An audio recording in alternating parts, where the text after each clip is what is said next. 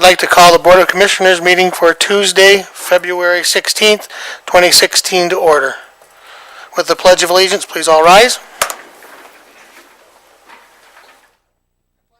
The United States of America, and to the republic for which it stands, one nation, under God, indivisible, and justice for all. Lord, those of us of many faiths are here this evening. Please allow your wisdom to grace our minds and reach out and touch us as we do the county's business. In your name, amen.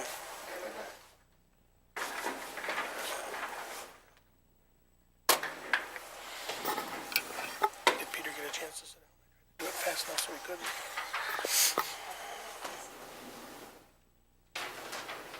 Madam Clerk, could you please call the roll? Yes, Mr. Chair. Commissioner Leitner? Here. Commissioner Walls? Here. Commissioner Rice? Present. Commissioner Duckham? Here. Commissioner Alexander? Present. Commissioner Mahoney? Commissioner Palachek? Here. Commissioner Elwell? Here. Chairman Chatwell? Here. 8 present.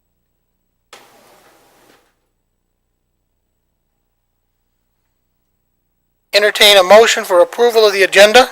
Motion to approve the agenda is printed. Support. We have a motion and support. Any items for removal? Seeing or hearing none, all in favor? Aye. Those opposed? Duly carried. We have no awards and recognition this evening, but we do have communications. Mr. Anto, would you like to bring that forward, please? A motion to receive. We have a motion and support. All in favor? Aye. Those opposed? Please present it to the clerk. You may speak to it under public comment, not now. Okay? Yes. Thank you, sir. Thank you. Yes.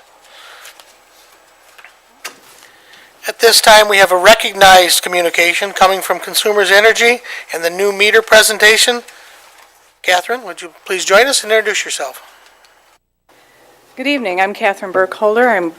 I work for Consumers Energy, and my colleague Dennis McKee is with me tonight. We're here to talk to you about the new meter technology that's coming to the Jackson area, probably in about December of this year. Could be a little earlier, but most likely that's our target date. As you may have heard, we've been installing meters across the state of Michigan. We're about to install our 900,000th meter, which puts us at about the halfway mark of our 1.8 million electric meters, along with 600,000 gas modules for our combination customers. This is the new meter, and you will see it looks like a lot like your old meters. This is a digital meter, and basically the biggest difference between this meter and the old meters is in here is a communication chip, and we're going to get our information from our customers, their energy use per day, via the Verizon wireless network. So sometime during the middle of the night, we get one text type message that tells us each business and home's energy use for the day. The beauty in this is that this is going to do away with estimated meter reads. We're going to be able to give our customers accurate bills every single month. And then on top of that, with these nighttime meter reads, we basically offer a program that gives that our customers can go online and look at their energy use per hour.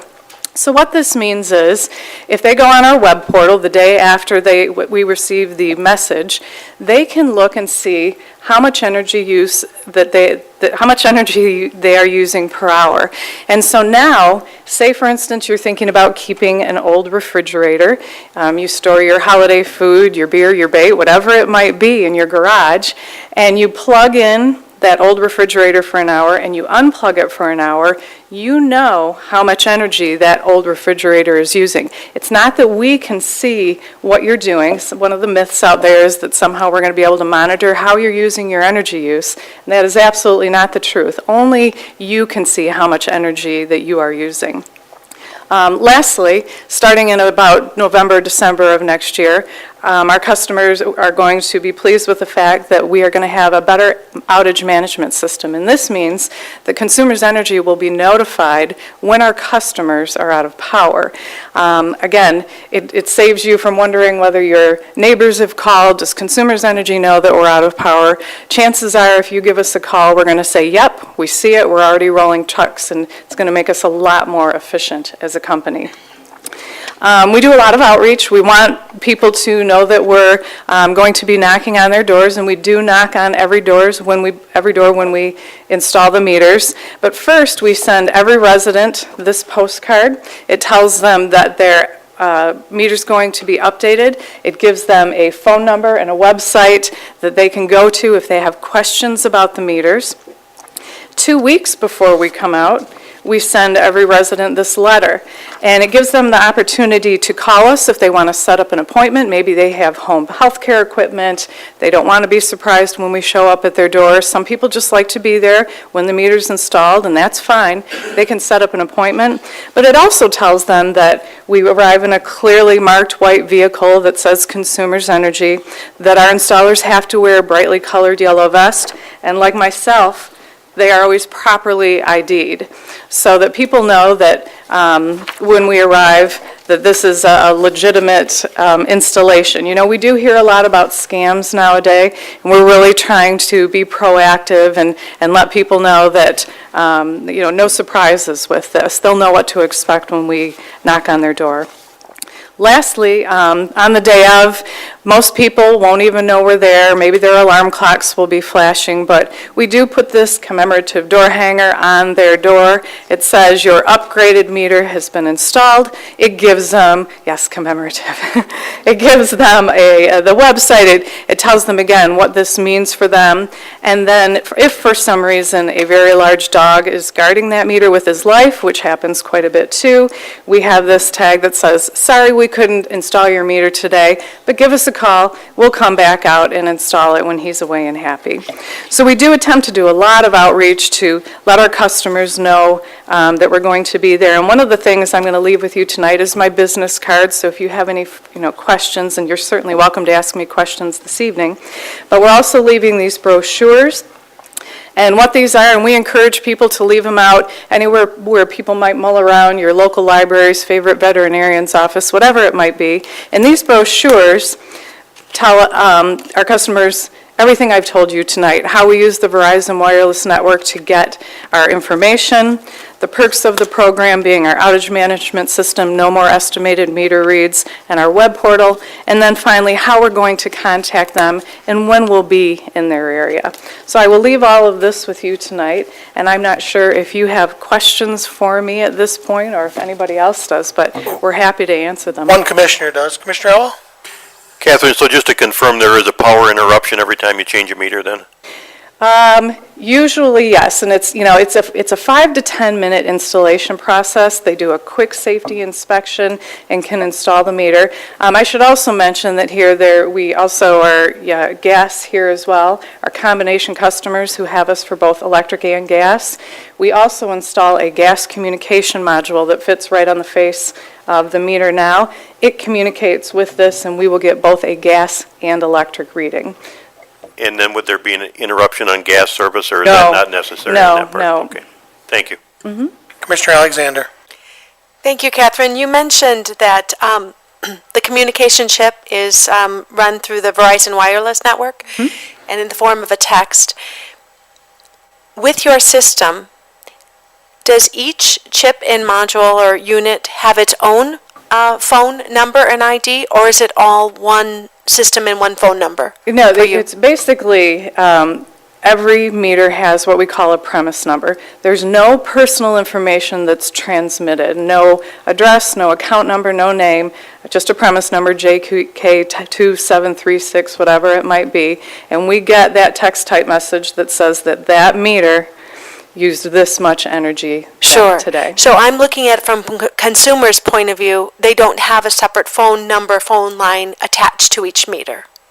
No. Okay, thank you. Any other questions? Commissioners? Dave? Well, just one more, I think. So if there's a wireless device in the house, it's not using any part of that. It's strictly through Verizon, through a service that you're contracting, correct? Yes. Okay. I guess my question would be, if the power goes out, how does it communicate? Well, I mean, we see that it's out, and when the power comes back on, we will eventually get that information. We might not get it if it goes out from midnight to 3 a.m. We wouldn't get it, but we would eventually, when the power comes back on, get the information. But you're stating though that you become aware of the power outage immediately instead of me having to call you. Yes. We encourage people to call only because if it's a huge power outage of 4,000 people, that can be a bit overwhelming. So, but again, the chances are that when you do call, we're going to say, yep, we see it, thank you so much. Yes.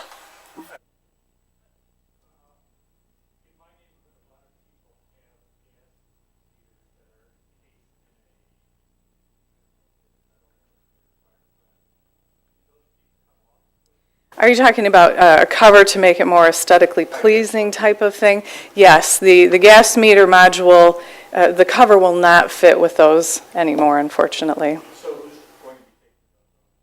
The installer will, and they are just leaving them right there. Yes. Commissioner Alexander? So of all the communities you're working at, because obviously Consumers Energy provides service to a large portion of our state, what percentage or how far along are you in the process? Where is Jackson one of the, are we just starting the process? Are we towards the end, the middle? We will begin in Jackson, again, right around December. We're halfway through. We're at about the halfway point. We started in 2012, and we are slated to be finished by the end of 2017. So, again, we're moving very rapidly. We've ramped up our efforts to install meters across the state. So the next year and a half is going to be about it. Rodney? Are there going to be additional expenses to the customer for this new technology? No, these meters have been paid for in our rates, so no one will see any sort of line item charge for the meters. Commissioner Elwell? People want to opt out, are they allowed to opt out, and is there a charge for that? Yes, if somebody wants to opt out, there's a $69.39 one-time fee, and that is because we have to maintain the old technology and all the programs associated with the old technology. And then there's a $9.72 per month fee because of meter reading. We're going to still have to employ them, put them in cars, maintain their technology, and there are costs associated with that. And those costs are shared by the 0.5% of our customers who opt out. So they're the ones who are really maintaining the programs for themselves. Any other questions? Thank you. Thank you so much.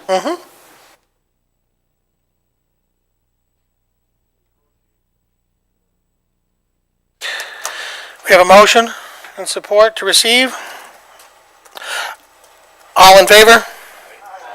Those opposed? Duly carried. Thank you.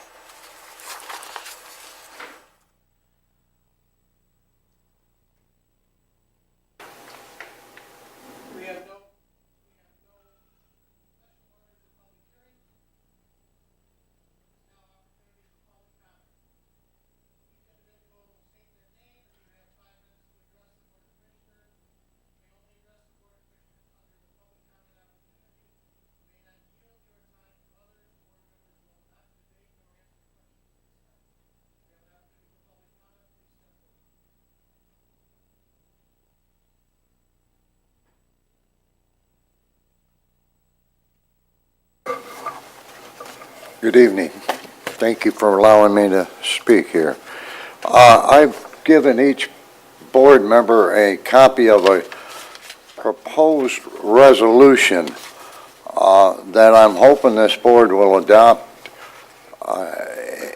and it's in regards to the Second Amendment rights, concealed carry or concealed pistol license or whatever, and the so-called gun-free zones these gun-free zones, you know, quite honestly, they're popping up just everywhere. It would be impossible for an individual that has a CPL and carries a concealed weapons, it would be impossible for him to know where these gun-free zones are. I mean, you know, I'm not taking nothing away from the commissioners here, but more than likely, you know, you don't even know where they're at. I mean, shopping centers, one side of it is marked gun-free zones, the other side is not even marked, one way or the other. You go into Walmart could care less. But you go into the shopping center, and that's a gun-free zone, according to the side that's on Michigan Avenue, not the back side. So if you go in the back parking lot through the back door, you know, you wouldn't know it was a gun-free zone. And these are, the offense for these is at least a felony trespassing act, which in itself can be a mess. It's a felony because you are carrying a gun. Now this board, this county has a gun board that approves gun permits and has taken a fee. And it's just not right to have two standards. It's okay to carry a gun, but you can't go here. And if you go on the state website, you know, there's 5 or 6 places that are defined as gun-free zones.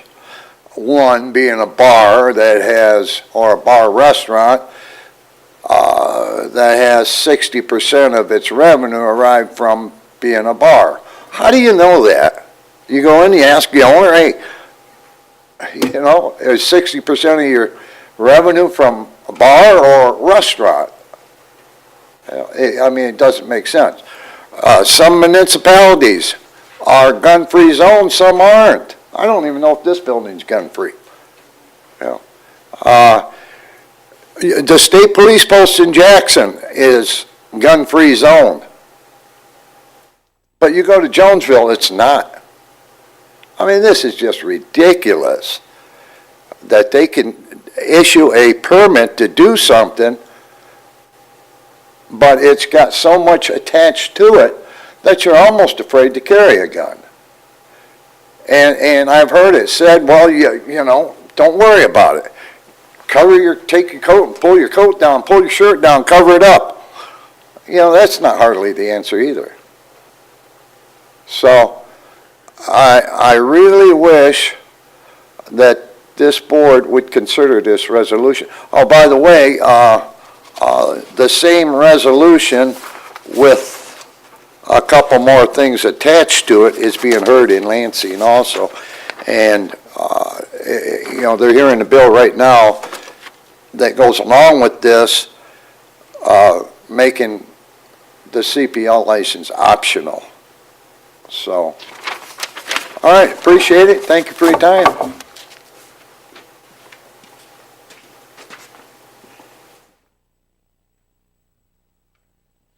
Any other public comment?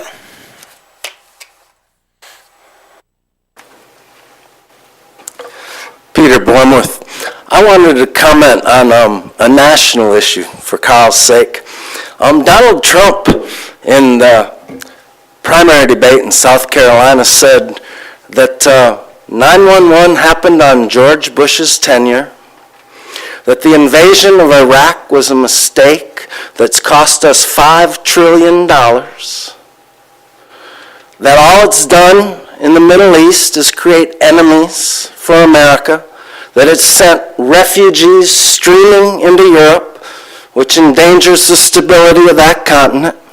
I want to say for the first time, I am in total agreement with something that Mr. Trump has said. These are points that I've made repeatedly over the last 10 years. And then I want to make the point to all those people who say that Bernie Sanders is a utopian and someone whose proposals could never get through Congress. If we did not spend $555 billion a year on this Christian crusade against Islam, we would have money to put our young people through college. We would have money to have a single health care system Can in you please this tone down your country. voice, sir? We would have money to institute some of the proposals that Mr. Sanders, Senator Sanders, is advocating. Thank you.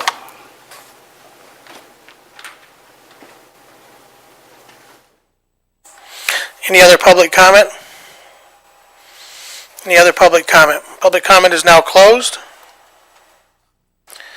We have no special meetings of standing committees. We've arrived at the approval of the minutes of the January 19th, 2016 meeting. I have a motion and support. Any corrections or deletions? Seeing no, hearing none, all in favor? Those opposed? Duly carried. We've now arrived at the consent agenda. Entertain a motion for the consent agenda. We have a motion and support. Commissioner Elwell. I'd like to pull item 9G as in George. We'll move item 9G to unfinished business and make it 16A. Any other items for removal or reconsideration elsewhere?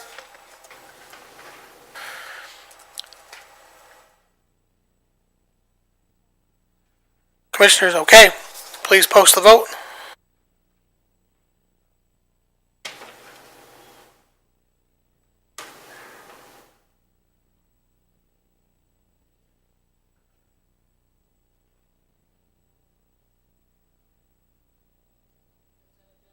The consent agenda passed 8-0. We've now arrived at the standing committees. Standing Committee for Affairs and Agencies. Nothing to report, Mr. Chair. Thank you. Thank you, Commissioner Elwell. Standing Committee Human Services, chaired by Commissioner Alexander. Human Services Committee has no business to bring before the board. Thank you. Standing Committee Personnel and Finance, chaired by Vice Chairman Phil Duckham. There is no business to conduct tonight, Mr. Chair. Thank you, Commissioner Duckham. Unfinished business, we've arrived at 16A.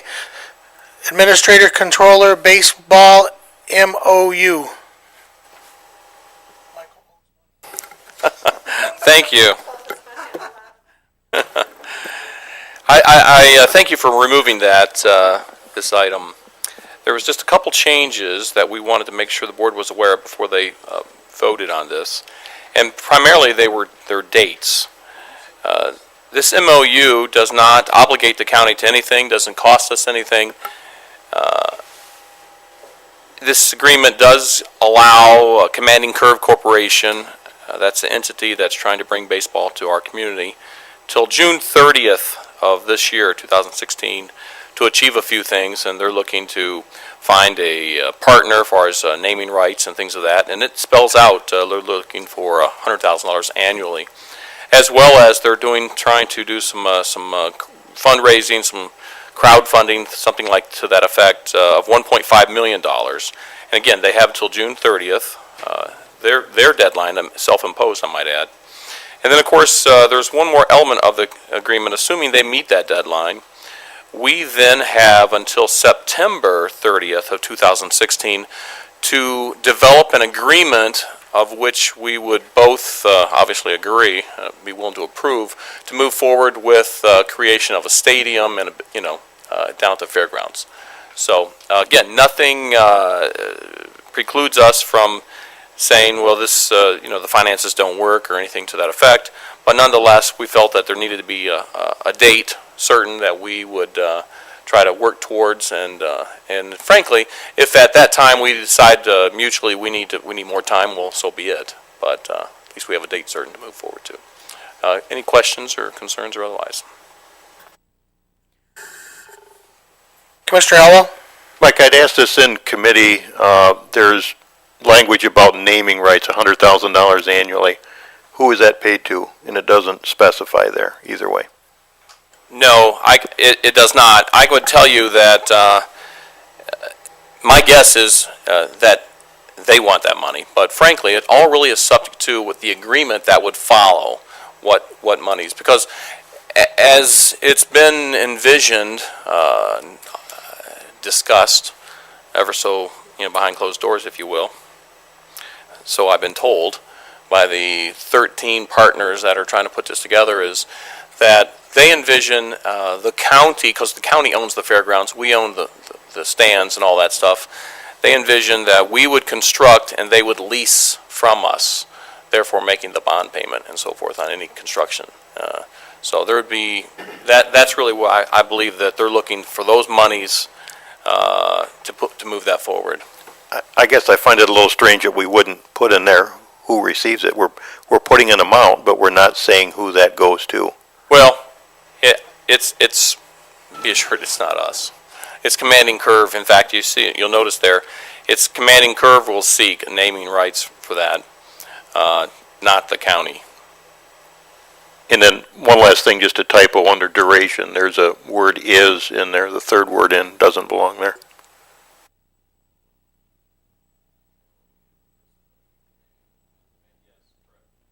Thank you, that's correct. We'll remove that. Mr. Overton, I can make the assumption then that they are simply requesting one additional month because the original one said the end of May, I believe, and so, which is more than reasonable to secure these amount of funds, and you said that's self-imposed on their end. It wasn't as if we put that stipulation on them. That's Correct. what they are coming up with. Correct. Okay. They brought this forward to us for consideration. Thank you. Any other commissioner questions?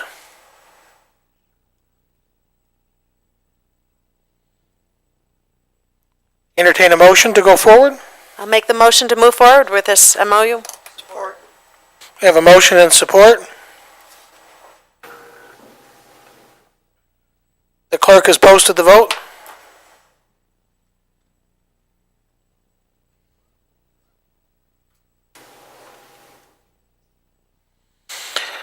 The motion passed unanimously. Play ball. Now arrived at new business. Is there any new business to come before the Board of Commissioners? We've arrived at the second opportunity for public comment. The individual will address the board. You have 3 minutes to address the board. You will only address the board once under this public comment opportunity, and you may not yield your time to others. Board members will not debate nor answer questions at this time. Any public comment?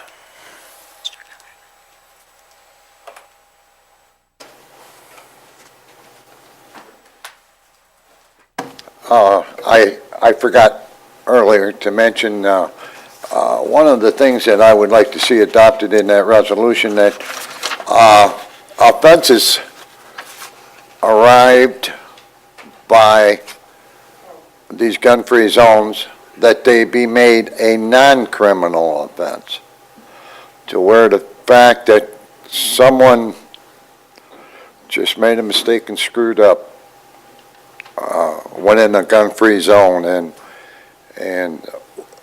he could be charged with a felony. And one more thing that I'd like to point out, and this happened to me, Westwood Mall down there is, like I said, the front part on Michigan Avenue is posted gun-free zones. So my wife and I were there for a optical appointment. So anyhow, we seen the signs. I turned around and took my gun back to the car and locked it up in my car.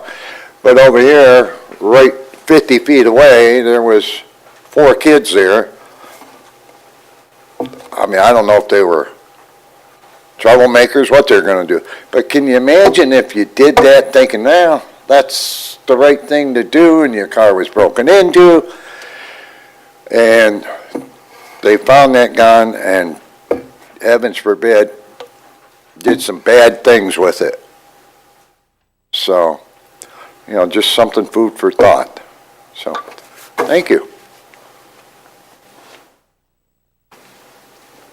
Any other public comment?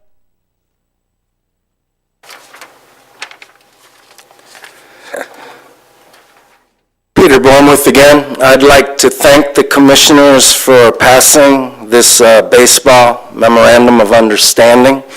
I think there's a possibility of a really great synergy happening here. Since we have people representing Consumers Energy here in the audience, I'd like to encourage you to sponsor this. Peter, please address the commission. And I'd like to see that this possibility for bringing entertainment and revenue into the county and a solid leaser of the county's space materialize, and I hope it will. And once again, I encourage Consumers Energy to consider sponsoring this stadium and this project. Any other public comment? Hi, my name is Phil Clark from Horton. I'm just curious about what's going on with the Leone sewer. Haven't heard anything. The last I heard that they were suing all the townships and haven't seen any newspaper articles about it. So it'd be nice to have something published so the end users could be aware.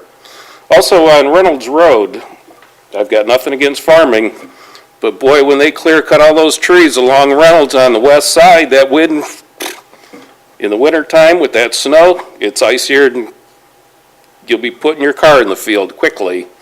And I'm sure he's quadrupled his yield with that fancy corn planter that has 4 inches between each stalk now. If the road commission could, maybe somehow put a wind barrier up, prevent the road from icing so bad in the winter, a little consideration. And a comment to the gentleman about the gun-free zones. I refuse to do business with anybody who will not allow me to carry in a store. Amazon will get my money first. Thanks. Have a good evening. Any other public comment? Seeing none, this is an opportunity for commissioner comments. Any commissioners? Commissioner Leitner? I have a couple things. There we go. We made an announcement yesterday for another band for the fair. We're going to have Five Finger Death Punch on August 8th at the fair. It's a metal band, hard rock, whatever. But anyways, we're pretty excited about that. Another announcement will probably be in the next month or so for our third and final entertainment band. And then also we have Beer Fest tickets on sale. Tickets are $25. It's March 12th from noon to 5. And I just want to address another thing on the Second Amendment. We had already passed a resolution in June of 2013, a Second Amendment preservation resolution. So I just wanted to mention that. You can look it up. It's on our county website at our study session from June. It's on board docs. So I think it takes care of the concern that you had, Mr. And that's it. Any other commissioner comments? Commissioner Rice? Thank you, Mr. Chairman. I'm going to make a comment here. Myself, Commissioner Rice. I thank God that we, the people of this country, has the courage to do our best to protect all people. Commissioner Elwell? Thank you, Mr. Chair. I just wanted to comment for a second about the Second Amendment issue spoken by two of our residents. First is the fact that I strongly support Second Amendment, but I also respect private property rights. And when you talk about Westwood Mall, for instance, if they do in fact have gun-free zone up there, it's private property. They can choose to be that way if they want to. Doesn't mean you have to do business there. But and the second thing is, I think there was mention made of county gun boards. To my recollection, we don't have those anymore. I think that's all done at the state level now. So that's not on us anymore. Thank you. Any other commissioner Yes? You talked about three things. I know. You're done. I know. I have one You more. already said a couple. So anyways, tomorrow is the regional FFA contest down in Saline. We have some Jackson County schools that made it onto regional, so I would suggest that if you guys are interested, to go down, check it out. We have lots of fun contests, demonstration, prepare public speaking, Parley Pro, all kinds of good stuff. And we have my school in particular, that I'm partial to, has lots of people in there that moved on from districts. So tomorrow in Saline, starting at like 3:30. Saline High School. Is that everything, Sarah? Okay. Any other commissioners? Seeing none, the chair has some items. Southern Regional Interceptor sewer question, still before the judge, waiting for him to rule. We made a December payment. Hopefully, we will not have to make another summer payment. We're waiting on the judge to make his decision. I invite all commissioners and the public, if you want to come see the road commission snow removal equipment that's in the parking lot. I believe we have someone down there who are willing to let you sit in the seat and toot the horn, but you cannot drive it unless you got a certified, what's the fancy license? We're not allowed CDL? to drive. Okay. So, that being said, if you'd like to see the new vehicle, it's in the back parking lot. Be more than happy to show it to you. And we look forward to, in March, the master plan for the fairgrounds, so we can see where all these baseball diamonds and all this fun stuff is going to go. With that, we have no closed session. We are adjourned.